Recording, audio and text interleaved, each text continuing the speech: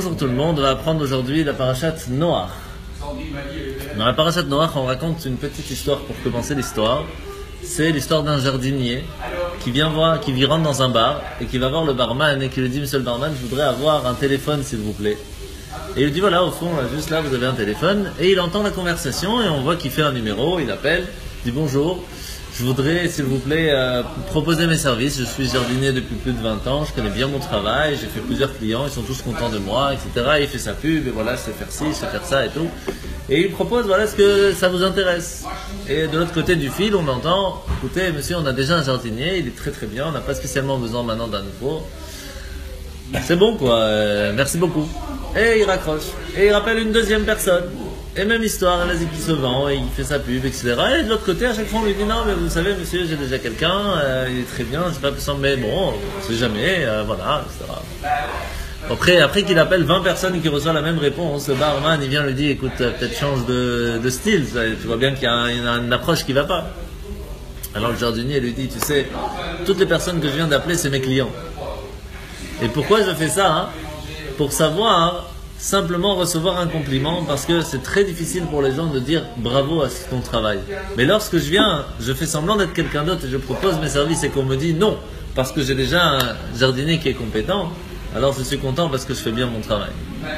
Ce qui se passe, c'est que dans la parashat Noach, on va parler des compliments. De quoi on parle ici? J'ai juste une petite seconde. Voilà.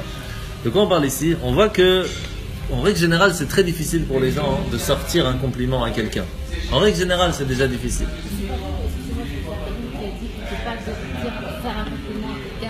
En face de lui. Sauf si on ne dit pas tout. C'est-à-dire que dire une partie du compliment, une partie de la chose bien qu'il a fait, on peut. Mais pas tout. Pourquoi pas tout? Parce que si on montre à l'autre qu'on connaît tout de bien sur lui, il va se dire: s'il me connaît si bien, il connaît aussi mes faiblesses. Mais si on ne dit pas tout, alors on se dit: ah, s'il ne connaît pas tout de mes qualités, alors c'est qu'il ne connaît pas aussi tout de mes faiblesses. Ok? Alors, il y a une personne très connue dans l'humanité qui est aussi un petit peu avare de compliments, c'est le bon Dieu. Parce que dans la Torah, c'est pas écrit Abraham c'était quelqu'un d'extraordinaire, Moshe c'était quelqu'un d'extraordinaire, un peu, mais pas spécialement.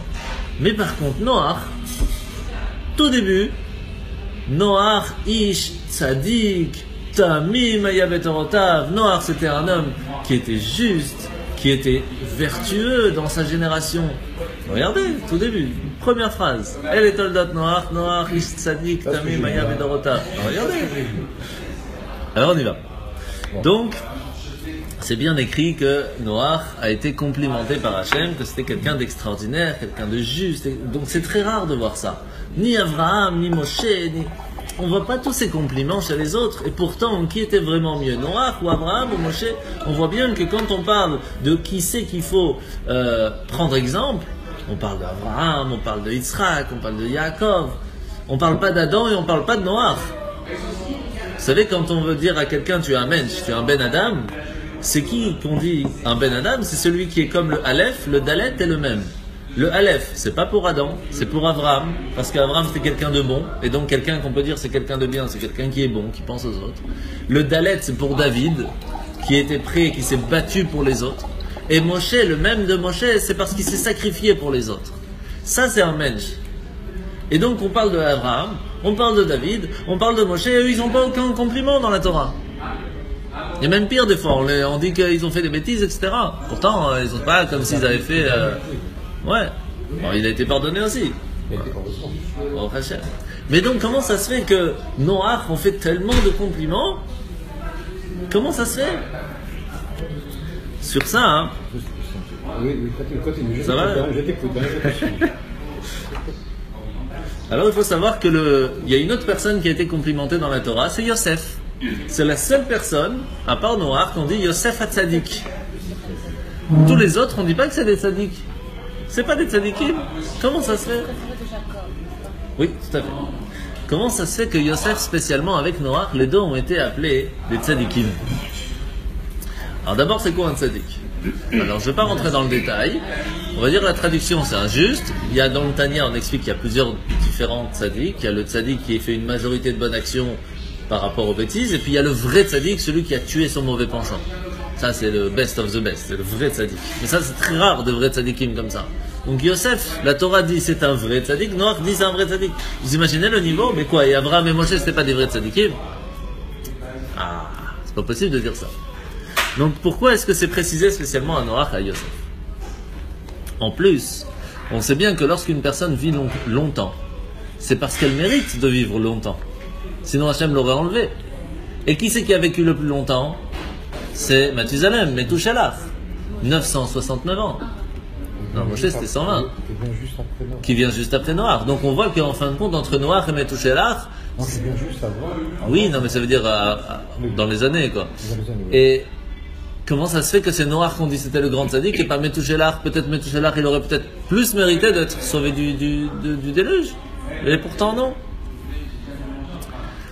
En plus, Rashi nous dit que Methuselah, pourquoi Mathusalem il a mérité d'être quelqu'un qui a vécu tellement d'années?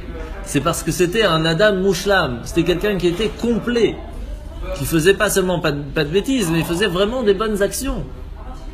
Donc comment ça se fait que sur lui on dit rien de spécial? Et pourtant, c'est écrit que Hachem a attendu la mort de Methuselah pour pouvoir donner le déluge, parce qu'il pouvait pas punir le monde tant qu'il était vivant. Pour vous donner l'idée, le niveau de Methuselah. Donc, c'est quand même fort de dire que sur Methuselah on ne donne aucun compliment, alors que Noach, Mathusalem, ouais. Donc, comment ça se fait que Methuselah on ne donne pas de compliments juste dans les Rashi, dans les explications, on en parle, mais la Torah n'en parle pas. Alors que Noach, qui bon, c'est vrai, il a quand même été sauvé du déluge, mais pourquoi spécialement lui, on donne tellement de compliments? Il y a une autre personne aussi qui est très très connue dans cette paracha, c'est Hanor. Hanor, c'était un cordonnier qui avait réussi dans ce temps-là de Noach, avec le déluge, avec des gens vraiment qui faisaient plein de bêtises, à rester attaché à Dieu, au point même, je vous donnais, imaginez un peu le plan, au point même, c'était tellement quelqu'un d'extraordinaire, que Hachem a dû le faire partir plus tôt, pour ne pas qu'il puisse se faire influencer. C'est un des gens qui est mort les plus jeunes. Il faut regarder les années, je ne me rappelle plus exactement, mais il est mort très très jeune par rapport aux autres. Les autres vivaient 800, 900 ans. Il n'a rien vécu. Pourquoi? Parce qu'Hachem l'a enlevé de ce monde avant qu'il puisse se faire influencer tellement c'était quelqu'un de très beau, spirituellement parlant. Mais alors ça n'empêche pas faire son évolution spirituelle si c'est pour être retiré. Alors ça dépend le cas. Parce qu'à ce moment-là, qu'est-ce qui s'est passé avec Hanor? Là, on apprend dans la Kabbale qu'il a été transformé en ange. Et cet ange, il s'appelle, alors on ne dit pas son nom, parce que c'est un ange qui est très fort. Il faut mériter de pouvoir dire son nom, mais je vais simplement vous donner les lettres. C'est M-A-T-R-A, M-A-T-A-T-R-O-N. Ouais, c'est ça. M-A-T-A-T-R-O-N. Quelque chose comme ça, ouais. Donc sans rentrer dans le détail, ouais, c'est un ange extraordinaire qui a le mérite d'avoir le droit, une fois par jour, le Shabbat, pendant Shabbat, il a 1 heure où il peut venir devant Dieu et il lit toutes les bonnes choses que le peuple juif a fait. Vous imaginez comment il est extraordinaire cet ange? Il vient pendant toute la semaine, il ramasse, il écrit toutes les bonnes choses qu'on a fait, et Shabbat il vient devant Dieu, c'est son job, il raconte à Dieu tout ce qu'on a fait pour qu'on mérite d'avoir des bonnes choses. Quand il est présent, il voit tout. Oui, mais il a besoin qu'on lui... Parce que c'est la même chose quand il y a l'ange qui vient, qui dit voilà, telle personne elle a fait une bêtise. Vous croyez qu'il sait pas le bon Dieu? Alors pourquoi il a besoin de venir? Parce que lorsqu'il arrive, Hachem il lui dit ça dépend, dis-moi, tu as un témoin? Tu viens, toi t'es témoin, tu l'as vu, ok, t'as un deuxième témoin? On n'écoute pas, on ne peut pas punir s'il n'y a pas 2 témoins. Et donc, il est obligé d'aller trouver un témoin. Qui devient le témoin de la personne? Lorsqu'il y a du Lachon Hara. Lorsqu'il y a quelqu'un qui dit t'as vu, lui il a fait ça, alors il dit hop, t'as vu? Lui aussi il l'a vu. Et là on peut punir la personne. Ce qui fait que quand une personne fait du Lachon Hara, elle est en train de le punir. Parce qu'il n'y avait pas de témoin avant. Donc quand quelqu'un a fait ça, on devient témoin de l'ange là-haut. Et à ce moment-là, Hachem est obligé de punir. Donc il ne faut pas garder, il faut pas dire les choses mal sur les autres. Non. On devient témoin. Vous imaginez comment c'est dur? Faire attention à la Lachon Hara. Après, on a fait attention sur soi. Ah aussi, automatiquement. Bah oui, c'est donnant donnant. Et donc, on voit que donc on voit à ce moment-là que c'est un homme extraordinaire, Hanor. Et pourtant, on ne parle pas tellement sur lui. On dit un petit peu que c'était quand même quelqu'un qui a gardé la foi dans ces moments difficiles. Mais on dit pas, Ish Tzadik, Tamim. Qu'est-ce qu'il a de Noach tellement grand pour mériter tout ça? Sur ça, on va déjà expliquer une certaine partie. Qu'est-ce que c'est Tzadik? Qu'est-ce que c'est Tamim dans la Torah? Dans la Torah, en général, quand on parle de quelqu'un qui est Tzadik, c'est celui qui a tenu contre de faire la faute d'aller avec une femme interdite. Tout ce qui a un rapport avec les relations interdites, celui qui a réussi à tenir, c'est un Tzadik. Parce que c'est quelque chose... Non. Quand on dit vraiment Tzadik, c'est les rapports interdits. Ouais. Parce que c'est une des choses les plus difficiles. Et donc, celui que la Torah dit, oui, lui c'est un tzaddik, c'est qu'il a été éprouvé, il a été éprouvé sur la faute de la relation, et il a réussi à tenir. C'est-à-dire qu'il a Noach, c'est ça par exemple, c'est une idée. Noach, il habitait dans une génération où les gens ne faisaient que ça. Ils allaient avec l'un, avec l'autre, il y avait mélange, femmes mariées, pas mariées, les hommes avec les hommes, c'est une génération de fous. C'est quelque chose comme ça. Et il a tenu à rester fidèle à sa femme alors que pendant 500 ans, il n'avait pas d'enfant. Et il n'est pas parti voir quelqu'un d'autre. Vous imaginez 500 ans. Abraham n'a pas tenu pendant longtemps. C'était une autre génération aussi. Mais quand même, vous imaginez. Alors ça, on peut mériter, quelqu'un comme ça, il peut mériter d'être appelé tzaddik. Il y a une autre personne qui est appelée tzaddik, c'est Yosef. Pourquoi ? Parce que Yosef était dans la maison de Potiphar. Il y a la femme de Potiphar qui lui dit, écoute, je te donne tout ce que tu veux, on va attendre que mon mari n'est pas là, t'inquiète pas, c'est juste entre nous, il n'y aura personne à la maison, allez bien. Et qu'est-ce qu'il fait ? Il arrive devant, et il sort, et il saute, et il est prêt à laisser son habit pour ne pas tomber dans la faute. C'est quelqu'un qui est appelé tzaddik. Ça, c'est quelqu'un qui est appelé un tzaddik. C'est une des choses les plus difficiles à ne pas tomber. C'est une épreuve qu'il ne faut pas demander à être éprouvé par ça, tellement c'est difficile. Et il y a un autre mot qui a été utilisé, c'est le mot tamim. Tamim, ça veut dire qu'il était intègre, on va dire. Pourquoi ?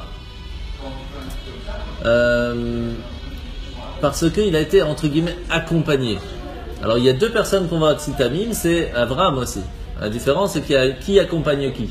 Est-ce que c'est Dieu qui accompagne Noach ou c'est Noach qui accompagne Dieu? Est-ce que c'est Abraham qui accompagne Dieu ou c'est Dieu qui accompagne Noach? Ça fait la différence. On ne va pas rentrer dans le détail maintenant de comment est-ce que c'est expliqué le verset. Mais en tout cas, il y a un certain accompagnement où Dieu il est avec lui parce qu'il a fait un certain effort. Donc il y a un retour aussi. Donc on peut comprendre maintenant simplement pourquoi c'est précisé chez eux par rapport aux autres. Alors qu'Abraham, il s'est appelé Tamim, mais pas de tzaddik. Bon. Maintenant, on va poser une autre question. Comment ça se fait que quand on parle de Noach, on vient donner ses compliments dans la paracha de Noach, alors qu'on parle de Noach déjà la semaine dernière. À la fin de la paracha Bereshit, c'est écrit et voici que le monde devient catastrophique, mais Noach il reste bien. Mais on ne dit pas que Noach était à ce moment-là reste bien parce que c'était un tzaddik, parce que on ne dit pas, juste on dit qu'il était bien, mais on ne rentre pas dans le détail, on ne donne pas tous les compliments. Pourquoi spécialement maintenant on parle de tous ces compliments alors que dans la paracha juste avant on dit juste Noach matzachen bene Hashem. Noach a trouvé grâce aux yeux de Dieu. C'était quelqu'un quand même qui faisait des bonnes choses. Mais il y avait d'autres. Il y avait Hanoch, il y avait Methuselah. Qu'est-ce qui a fait la différence qu'au début de la paracha de Noach, on vient donner des compliments? Sur ça, on va ramener un midrash très connu et qui va nous casser un petit peu tout ce qu'on vient de dire. On sait que Noach, c'est écrit qu'il était tzaddik tamim, il était un juste, quelqu'un d'extraordinaire, tout ce que vous voulez. Mais où ça? Bedorotav, dans sa génération.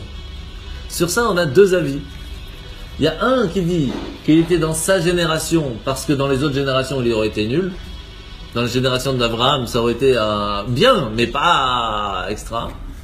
Mais comme dans sa génération, il faisait plein de bêtises, alors c'était le borgne et le roi dans le royaume des aveugles. Oui. Ok, la phrase la plus connue. Mais il y a un autre avis qui dit que dans la génération où il vivait, c'était une génération qu'il n'y avait aucune loi, chacun faisait ce qu'il voulait, il aurait pu faire ce qu'il voulait. Et il a tenu tête au monde entier en disant à tout le monde, je veux rester quelqu'un de bien. Et ça, c'est pas évident. Non, c'est pas évident, mais il était en fait évident qu'à l'époque, Je peux vous interrompre 2 secondes ? Oui. Et donc, on a cette question qu'il y a deux avis. d'un côté, on voit que Noach, il était tzaddik parce que c'est dans sa génération, mais dans sa génération, oui, dites-moi. Tu dis, il n'y avait pas de doigts. Mais oui, enfin, il y avait 6 lois. Pas encore les doigts. Pardon? Les doigts n'avaient pas encore été donnés. Il y avait 6 lois, si. Adam a reçu 6 lois. La 7e, c'est Noach qui l'a reçue. On appelle ça les 7 lois noachides. C'est ça. Mais en fait, il y avait 6 lois qui ont été données avant. Mais il y a juste la... Pardon? Adam a enseigné Hachem, a enseigné Hachet, etc. Tout a été enseigné. Ils n'avaient pas le droit de tuer, ils n'avaient pas le droit de voler. C'est des choses qui étaient connues. Il n'y avait pas encore des chivotes, il n'y avait pas encore... Non, il n'y a pas des chivotes encore, tout ça, non. Mais toucher l'art faisait des cours. C'était parler, c'était transmis. Oui, de transmis, mais Caïn avait bien transmis à ses enfants qu'il ne fallait pas tuer, parce qu'il avait tué son frère. Donc il y avait les 6 lois de base qui étaient données. De tête, il ne faut pas adorer des idoles, il ne faut pas tuer, il ne faut pas voler, il faut avoir une certaine justice. Il y a encore 2, mais encore une ou 2, je ne sais plus. L'adultère, voilà, il ne faut pas se marier avec quelqu'un d'autre qui est déjà marié. La nourriture ou pas? Non, la nourriture, ça c'est la 7e. Ça c'est Noach. Ne pas faire souffrir un animal, il faut d'abord le tuer avant de le manger. Ça c'est Noach qui a reçu, c'est la 7e. On appelle les 7 lois noachides, mais les 6 ont été déjà avant. Donc c'est ça que les non-juifs doivent appliquer. C'est ça, c'est un minimum donc, pour être appelé quelqu'un de bien. Non, c'est pas du kasher, c'est simplement il faut tuer avant de manger. Oui. Parce qu'il faut se rendre compte qu'avant il n'y avait pas de frigo. Donc il y avait malheureusement des gens, qu'est-ce qu'ils faisaient? Ils prenaient un animal, ils coupaient une partie alors qu'il était vivant pour manger, et après ils cicatrisaient. C'est dégueu, c'est quelque chose de grave. Et ça restait pendant assez longtemps. Mais chez nous on n'avait pas le droit. Ok? Donc on voit quand même quelque chose d'assez intéressant, c'est que d'un côté on dit oui, Noach reçoit des compliments de Dieu, et de l'autre côté ces compliments ne sont pas totalement clairs. Est-ce que vraiment c'était un tzaddik au top de chez top, ou c'était juste parce qu'il habitait dans une génération un peu catastrophique? C'est dit, ou alors c'est vraiment même dans une génération aussi catastrophique qu'il a réussi à tenir. On ne sait pas trop où se placer. C'est pour cela qu'il y a la différence entre Avraham et Noach, je vous ai dit tout à l'heure. Et à Elohim italech Noach, Dieu a accompagné Noach, il a aidé Noach, alors qu'à la différence que avec Abraham, c'est à Elohim asher italachti lefanav. J'étais au devant d'Abraham. Donc, maintenant, on comprend aussi pourquoi est-ce que les gens sont appelés souvent des Bnei Noach. C'est qui qu'on appelle les Bnei Noach, les enfants de Noach. Toutes les autres nations qui ne sont pas juives sont appelées les enfants de Noach. Pourquoi? Vous avez une idée? Parce qu'ils n'ont pas autant de commandements à respecter. Comme madame me dit encore que je vais te contredire, non. Parce qu'il n'y a pas autant de commandements, parce qu'ils ont... Alors, premièrement, parce qu'il n'y a que les 7 lois noachides, mais surtout parce que ce tzaddik-là, Noach, n'était pas le tzaddik idéal. C'est pas encore le tzaddik qu'on veut prendre exemple à 100% à la différence d'Abraham. Mais on doit quand même expliquer la différence. Pourquoi est-ce que chez Noach, ça reste un tzaddik, où il faut prendre exemple? La preuve, c'est qu'il c'est quand même le seul qui a été sauvé du déluge. Donc il y a quand même une certaine raison. Mais de l'autre côté, c'est pas lui. Quand on parle du peuple juif, on dit les Bnei Avraham ou les Bnei Israël. Pour un converti, c'est Bnei Avraham, parce que c'est le premier converti. Et pour un juif de naissance, on dit Bnei Israël, parce que Israël, c'est Yaakov. Donc pourquoi il y a tellement de différences? Qu'est-ce que ça veut nous dire? La différence, elle est dans une chose très très importante. Noach, lorsqu'il a entendu qu'il y allait avoir le déluge, il a dit, et qu'est-ce que je vais faire? Je vais être sauvé? Ok, qu'est-ce que je dois faire? Construire une arche. Ok, pas de problème, je construis une arche. Je fais tout ce que Dieu me demande. Pour moi-même, je suis un grand tzaddik. Je fais tout ce qu'il faut de bien. Par contre, que les autres y meurent, ne dérange pas. Moi, je suis quelqu'un de bien. Mais je ne vais pas spécialement aller prier pour que les autres soient bien. Ou aller les voir en leur disant, tu sais, il y a le déluge qui arrive, fais gaffe. S'ils viennent me voir et qu'ils me demandent pourquoi tu construis une arche, je vais leur dire, tu sais, bientôt, tu as intérêt à faire tchouva parce que sinon tout va partir en cacahuète. Mais s'ils viennent pas me voir, ça ne me dérange pas. Moi, je suis bien. Ça, c'est noir. Donc ça reste un tzaddik, mais pour soi-même. Et ça, c'est pas du tout l'exemple qu'un juif doit prendre. En construisant l'arche, il voulait sauver les autres. C'est pour lui, sa famille et les animaux, pas les autres. Dieu il a dit, les autres, c'est foutu, on recommence à zéro. Donc on voit que Noach, il était un tzaddik pour lui-même, pour sa famille, il n'y a pas de problème, il va aider, il va tout ce que vous voulez, mais pas pour les autres. Si les autres sont là, ben Vakasha, j'ai pas de problème avec ça. Mais si tu es pas là, je m'en fous. Et ça, c'est une sorte de tzaddik qui n'est pas idéal. C'est pour ça que les autres nations ont cet exemple-là. Tant que j'ai pas de problème avec les autres qui m'embêtent pas, tout va bien. Moi, j'essaie d'être bien pour moi-même. C'est bien, attention, hein, c'est un bon exemple. On peut être sauvé du déluge grâce à ça. Mais c'est pas le tzaddik idéal. Avraham a la différence lorsque Hachem vient lui parler de Sodome et Gomorrhe, que lui, il a rien à voir avec eux. Et que son neveu va être sauvé. Il dit, mon neveu, c'est pas le problème ici. Tu veux tuer des gens. Et si tu trouves 50 personnes qui sont bien, peut-être tu les sauves. Et si tu trouves 40, et si tu trouves 30. Et donc il va se battre pour les autres qu'il ne connaît même pas. Qui en plus sont des gens pas bien. Pourquoi? C'est ça le tzaddik idéal. C'est qu'il ne veut pas être tzaddik que pour lui-même. Il veut que tout le monde puisse en profiter. Il essaye toujours de trouver le bien chez les autres. Et ça, c'est ça vers qui on doit se tourner. L'exemple qu'on doit tourner. Et pourtant, on ne dit pas Béné Abraham pour tous les peuples juifs. Seulement pour les convertis. Ah oui. C'est les Béné Abraham. Par contre, quand quelqu'un est né juif, on dit Béné Israël. Pourquoi? Parce qu'Abraham, même si en fin de compte il avait une bonté extraordinaire, sa bonté il l'a donnée sans réfléchir entre guillemets. Il a donné à son fils Yitzhak, mais il a donné aussi à Ishmaël. Et Ishmaël, qu'est-ce qu'il y a quand il faisait des bêtises? Il lui disait pas tu fais des bêtises. Il laissait faire. Tu veux, je te donne. Prends, sans problème. Et ça peut amener malheureusement dans l'éducation un gros défaut. Parce qu'en fin de compte, il va faire des bêtises si on l'arrête pas. Et donc c'est pour cela que Yaakov, lui, il avait ce mélange de Abraham et Yitzhak, ce mélange de bonté, mais aussi de sévérité. C'est pour cela qu'un peuple juif, il doit avoir cette éducation, d'avoir un peu des deux. Et c'est l'exemple qu'on doit avoir. Et c'est pour cela qu'on s'appelle les Béné Israël. Alors maintenant, on voit aussi une différence entre Abraham et Noach, aussi une autre. C'est que, qu'est-ce qui s'est passé avec Noach? Noach, au début, on dit, c'était un homme spirituel, quelqu'un d'extraordinaire. Et quand il sort de l'arche, c'est quoi la première chose qu'il fait? C'est qu'il va planter une vigne. Il va s'occuper de la terre. Donc il y a une certaine désévolution. Il descend un peu de niveau. D'abord, en style, il étudiait, c'était quelqu'un de spirituel, et maintenant, il s'occupe de la terre, même si c'était ce qu'il fallait faire. Mais en tout cas, c'est précisé. À la différence de Moshe. Moshe, qu'est-ce qui se passe? Quand la première fois on le voit, on parle de lui en tant que Ish Mitzri, un homme égyptien. Et pourtant, après, on parle de Ish Elohim, un homme divin. Donc il y a une évolution qui est différente. Pourquoi? Parce que très souvent, on pense que pour pouvoir être quelqu'un de bien, il faut étudier pour soi-même. Et vas-y, j'ai que de la connaissance, et encore, et j'étudie, et je suis meilleur, et je vais... Mais on ne pense pas aux autres. Eh bien, l'erreur, elle est que quand on est comme ça, au bout d'un moment, on descend. Alors que quand on est prêt à perdre son temps, entre guillemets, je dis bien, à transmettre aux autres, et donc ça ne nous permet pas à nous d'étudier, à d'évoluer, on se dit peut-être c'est une perte de temps. Mais en fin de compte, en faisant comme ça, eh bien, on évolue, on devient vraiment un Ish Elohim. Comme Moïse, il enseignait. Ah bah, il a fait que ça toute sa vie. Il a aidé les autres, il a sacrifié son temps, sa vie, sa famille, tout pour pouvoir donner au peuple juif. Il en est devenu fou presque. C'est une tuerie le peuple juif. Hein. Grâce à Dieu. Ok, donc on voit qu'il y a deux façons comment on peut servir Hachem. Un qui va dire moi je me coupe du monde, je fais tout bien, je vais étudier chez la Sina tout le temps, je vais pas travailler à fond. Ça existe. Mais ça, c'est plus le style de Noach. Il y a le style de Moshe. Le style de Moshe, c'est je vais étudier, je vais prendre des forces, je vais des connaissances, mais après, je vais transmettre, je ne vais pas penser qu'à moi. Et c'est ça l'exemple qu'on doit prendre, pas l'exemple de Noach. Et c'est pour cela qu'on ne parle pas de Noach.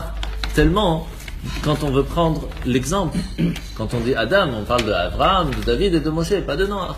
Moshe, c'était extraordinaire. Avec son peuple, quand même, Jéthro, son... Oui, il ne les comprenait pas comme moi. Stop, calme-toi. Prends des aides. Et maintenant, on peut comprendre on va essayer de comprendre à la question qu'on avait posée.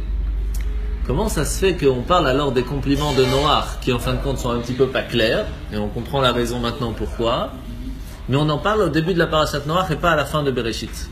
On a posé cette question au début. Je vais vous raconter une petite histoire, vous allez tout comprendre. Il y avait une fois le Rabbi Levi Yitzhak de Berditchev qui raconte que c'était une veille de Yom Kippour et il voit dans le ciel qu'il y a un gros problème et qu'il n'arrive pas, avec toutes les prières qu'il fait, il n'arrive pas à trouver les bons mots pour réussir à casser ce décret. Et donc il se balade un peu entre guillemets dans la ville. Il avait l'habitude de rentrer dans les maisons Et en général, s'il rentrait dans une maison, c'est que c'était mauvais signe. Ça veut dire que quelqu'un n'avait pas encore bien fait Teshuvah avant Kippour. Et donc, il venait pour lui taper un peu sur la tête, si on veut. Rabbi Levi Yitzhak de Berditchev, un grand rabbi. Et donc, avant Kippour, il passait chez les gens et dit, toi, t'as encore des trucs qui te restent, on le voit. Et donc, ça faisait Et il rentre dans une maison et il voit une femme en train de pleurer. Alors, il dit, qu'est-ce qui se passe? Alors déjà, il dit, mais Rabbi, j'ai rien fait, vous savez, j'ai rien fait. Ça fait des années que je demande pardon, je ne sais pas quoi faire, parce qu'elle pense qu'il vient pour lui dire... Voici. Oh, magnifique, hein? Voilà. Merci beaucoup. S'il vous plaît. Pour ceux qui nous écoutent, on est en resto et on vient de recevoir une belle assiette. Donc, vous pouvez manger, allez-y. Hein. Donc, qu'est-ce qui se passe? Il dit à la femme, non, je ne suis pas là pour te dire si tu as fait du bien ou pas bien, je suis là pour savoir pourquoi tu pleures.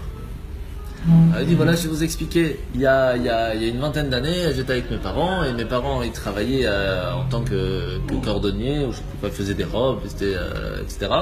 Et ils travaillaient ailleurs, et ils travaillaient pour quelqu'un, et après ils sont partis de ce monde, et je suis parti voir ce monsieur pour voir si je pouvais encore travailler pour lui, et il m'a dit qu'une des conditions, c'était que je lui montre mes cheveux. Et étant marié, c'était pas quelque chose qui était possible pour moi. Et donc il a tout fait il a réussi à avoir un petit peu de mes cheveux. Depuis je pleure, je sais pas comment me faire pardonner cette faute. Je lui ai dit, ne t'inquiète pas, tu n'as rien à te faire pardonner. Et grâce à toi, sache que ces pleurs que tu as fait maintenant ont déchiré complètement le décret. Parce que si on est prêt à pleurer pour quelque chose qu'on a en plus été obligé, alors comment est-ce que le peuple juif pourrait être tapé quand il y a des gens qui sont si extraordinaires que ça? Donc grâce à elle, Et voici. Tout le monde a été sauvé, exactement. Je vous en prie. Bonne dégustation. Merci. Sur ça, on comprend maintenant pourquoi est-ce que spécialement sur Noach, on vient donner des compliments. Parce que si on dit à quelqu'un, tu sais, tu dois être comme Abraham. Il dit, mais tu te rends compte quand même qu'Abraham, c'est un homme extraordinaire. On n'arrive pas à sa cheville, même si on veut. Il vivait dans un monde où lui, ses enfants, il vivait avec Dieu, il parlait avec Dieu. On n'est pas de ce niveau. Comment tu veux me comparer avec Abraham? Tu me demandes d'être quelqu'un comme Abraham? Arrête, c'est pas possible. Tu me demandes d'être quelqu'un comme Moshe. T'as vu c'est qui Moshe? Dieu il vient, il lui parle, il fait des miracles. Merde, il n'y a rien à comparer. Non, il vient et il dit à tout le monde, il dit, vous savez, moi je vivais dans un monde où les gens ils faisaient de ces bêtises, mais on ne peut pas s'imaginer. Ils se s'entrevolaient, ils s'entretuaient, il y avait des guerres partout pour rien, les gens ils se faisaient exploser, ils se mélangeaient, les hommes, les femmes, les trucs. Un monde inimaginable. Et pourtant, j'ai pris sur moi de rester quelqu'un de bien. Et j'ai réussi. Et ça parle aux gens. Parce que Noach n'était pas quelqu'un qui était spécialement quelqu'un qui parlait avec Dieu, etc., si on veut. C'était quelqu'un de normal. Et il a réussi, en tant que personne normale, d'être quelqu'un de bien dans un monde de fous. C'est pour ça que c'est fait remarquer. Et c'est pour cela que Hachem vient le complimenter en lui disant, toi tu vas être un exemple pour beaucoup de gens. À la différence de grands sages que oui, on va après être un exemple, mais après quand on est déjà arrivé à un certain niveau.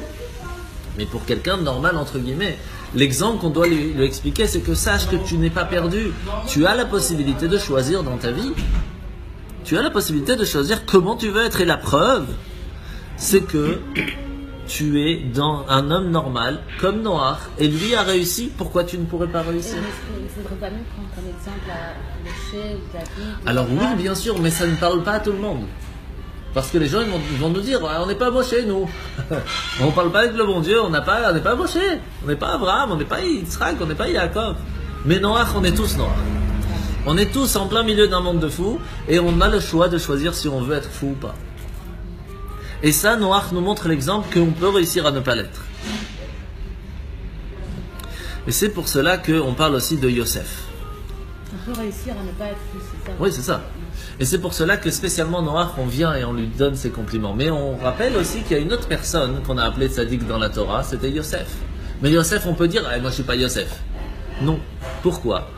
Parce qu'il faut savoir que quand est arrivé le jour où il y a la femme de Potiphar qui vient pour le tirer, Il n'y avait personne à la maison sauf la femme. Qu'est-ce qu'il faisait là, Yosef? Il était l'intendant. Il était là. Yosef est resté parce qu'il voulait fauter. Il avait Ah je sais non, pas ça, quoi. c'est- Mais c'est non, pas- non, il non, voulait pas, non. il voulait être- Il voulait, la Torah nous dit qu'il voulait, il y avait ce Yetzer Hara qui était présent, ce mauvais penchant était là. C'est elle qui Mais voulait- qui c'est qui a a sauvé arraché les Yosef? vêtements, Attendez. elle a couru Et après. qu'est-ce qui a sauvé Yosef? Faut pas oublier que Yosef c'était un jeune de 17 ans. Hein. Ouais. Il n'était pas très vieux, Yosef. Hein. Non, il n'était pas vieux, mais il a passé quand même 4 ans dans la prison. Ça c'est après, oh là là, c'est après. Là on parle, il vient de se faire vendre. Il arrive chez Potiphar, il reste quelques années. Bon, il avait peut-être pas 17, mais 18, 19, quelque chose comme ça.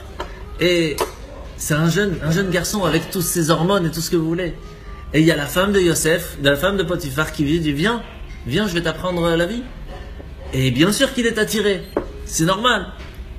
Et qu'est-ce qui se passe à ce moment-là? Il y a le visage de son père qui le vient devant lui. Il dit quoi?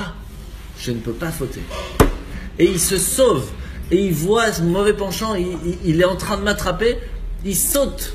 Il s'en fout de ce qui peut arriver. Il saute. Il part. Et à ce moment-là, il lui attrape le vêtement. Et il dit je ne veux pas me retourner pour le reprendre. J'ai peur de tomber dans le piège. Il y a le Yetzer Hara qui est trop fort. Je sauve, je pars, je cours. raconté que c'était vraiment elle qui l'a Oui, bien tenté sûr. par lui. Ben, bien sûr que c'était elle. Mais en fin de compte, lui aussi, c'était un jeune homme.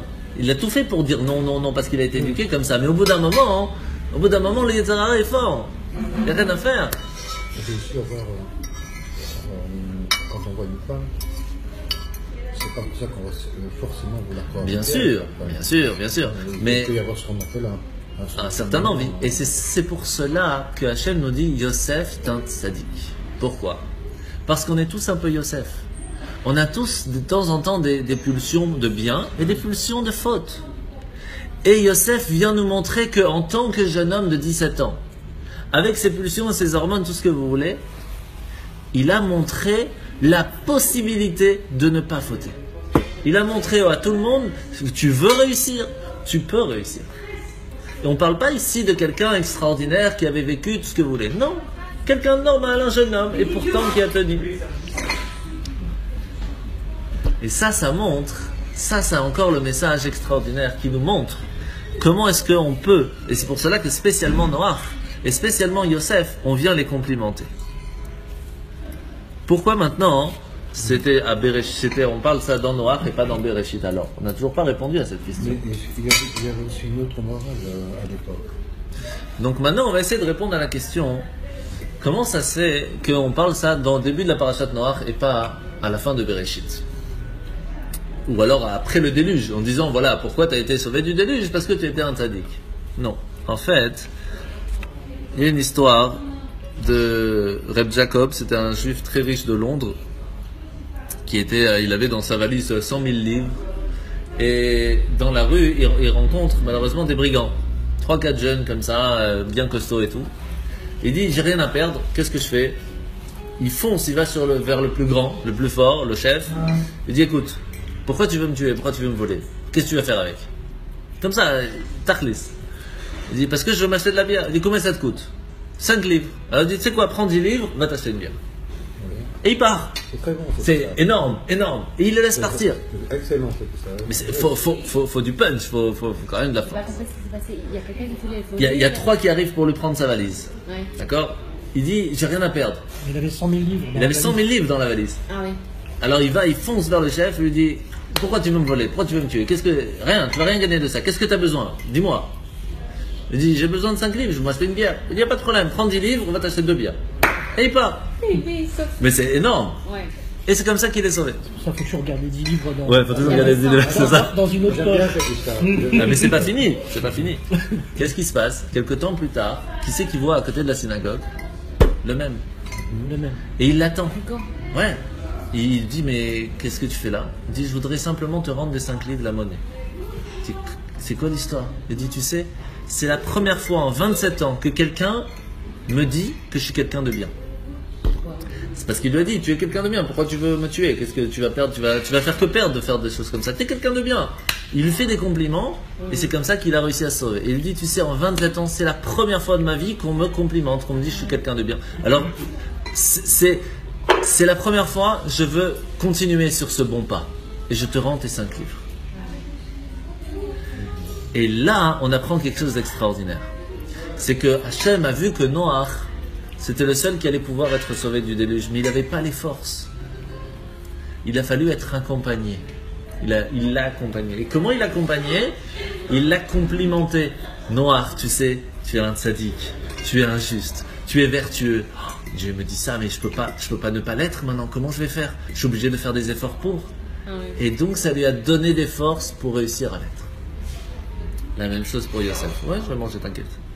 Et c'est pour cela c'est comme ça que c'est très important à savoir que lorsque on voit un enfant qui a des soucis, la meilleure éducation, c'est ne pas de le rabaisser, c'est l'inverse. C'est de lui dire, tu sais, tu es extra, tu es top, continue, c'est bravo. Parce que ça permet de dire à l'enfant, waouh, t'as vu, il me verra bien, mais comment je vais lui faire de la peine si je fais pas? Et ça va le booster à réussir.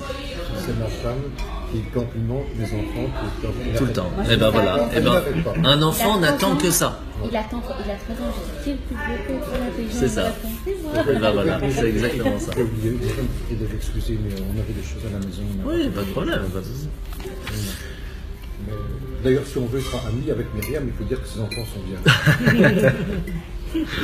Oh, c'est J'avais des gens qui travaillaient chez moi. Et quand ils disaient, ah, votre fils, il est bien débrouillé.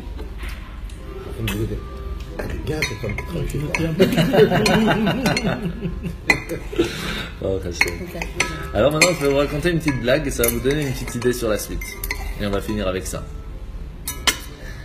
Il y a le bon Dieu qui va voir Noach et qui lui dit, tu sais, dans 6 mois, je vais tout détruire. Tu as intérêt à te bouger, à construire ton arche. Il dit, ok, ça va.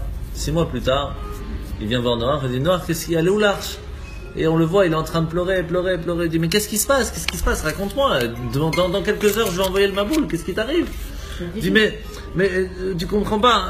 J'ai voulu commencer à construire et on m'a dit, c'est pas possible parce que dans la rue où on est, ça va embêter les habitants. Après, j'ai dit, bon, je vais aller de l'autre côté. Il dit, mais tu peux pas couper les arbres parce qu'il y a l'écologie. Après, on m'a dit, non, mais j'ai besoin de gens pour travailler. Il dit, non, tu peux pas parce qu'ils sont tous occupés. Après, j'ai dit, bon, moi, je sais pas, moi, j'ai besoin de prendre les animaux pour les mettre dans l'arche. On m'a dit, non, on peut pas parce qu'on a besoin pour le zoo. Puis, tu peux pas, si tu prends un peu, tu dois tout prendre. L'écologie, c'est pas possible.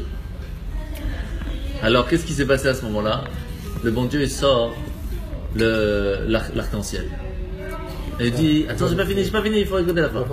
J'ai pas fini. Il dit, voilà l'arc-en-ciel. Sache que je ne ferai plus ça. Il dit, comment ça se fait? Il dit, j'ai pas besoin. Ils se détruisent tout seuls avec leur politique. Ça, c'est le problème. Ah oui. Maintenant, qu'est-ce qui se passe? On a cette question qui arrive toujours.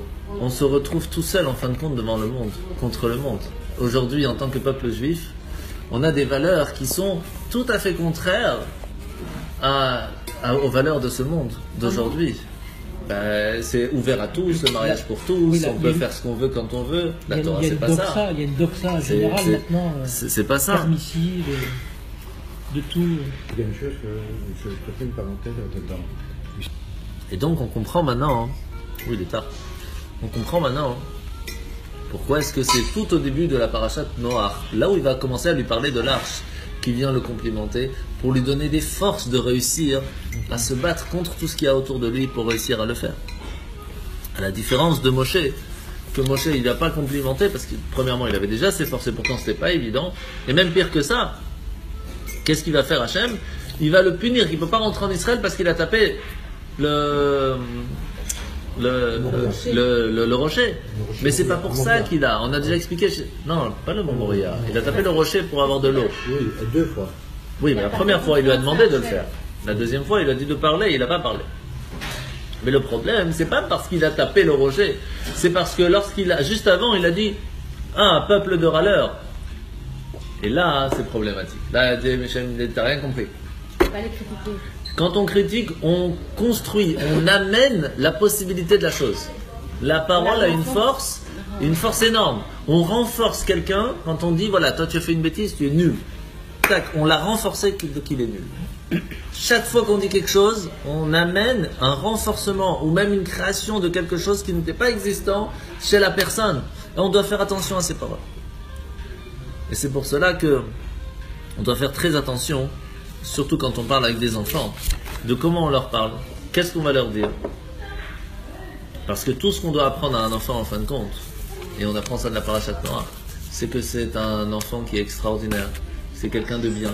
Et on est tous un diamant, et lorsqu'on apprend et on rappelle à un diamant qu'il peut illuminer, automatiquement il y aura un moment où il va s'illuminer. Bezrat Hashem, que cette lumière puisse nous amener Mashiach très rapidement.